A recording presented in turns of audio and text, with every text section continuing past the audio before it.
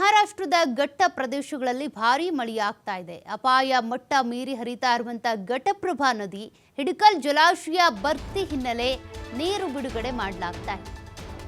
ಹೀಗಾಗಿ ನದಿ ಪಾತ್ರದಲ್ಲಿ ಇರುವಂತ ಜನರಿಗೆ ಸೂಚನೆ ಕೊಡಲಾಗಿದೆ.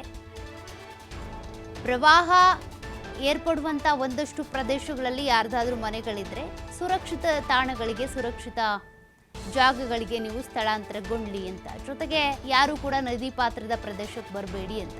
ಬೆಳಗಾವಿ ಜಿಲ್ಲೆ ಹುಕ್ಕೇರಿ ತಾಲೂಕಿನ ಹಿಡಕಲ್ ಜಲಾಶಯ ಭರ್ತಿಯಾಗಿದೆ. ಹಿಡಕಲ್ ಜಲಾಶಯದಿಂದ 5,000 ಕ್ಯೂಸೆಕ್ ನೀರು ಬಿಡುಗಡೆ ಮಾಡಲಾಗಿದೆ.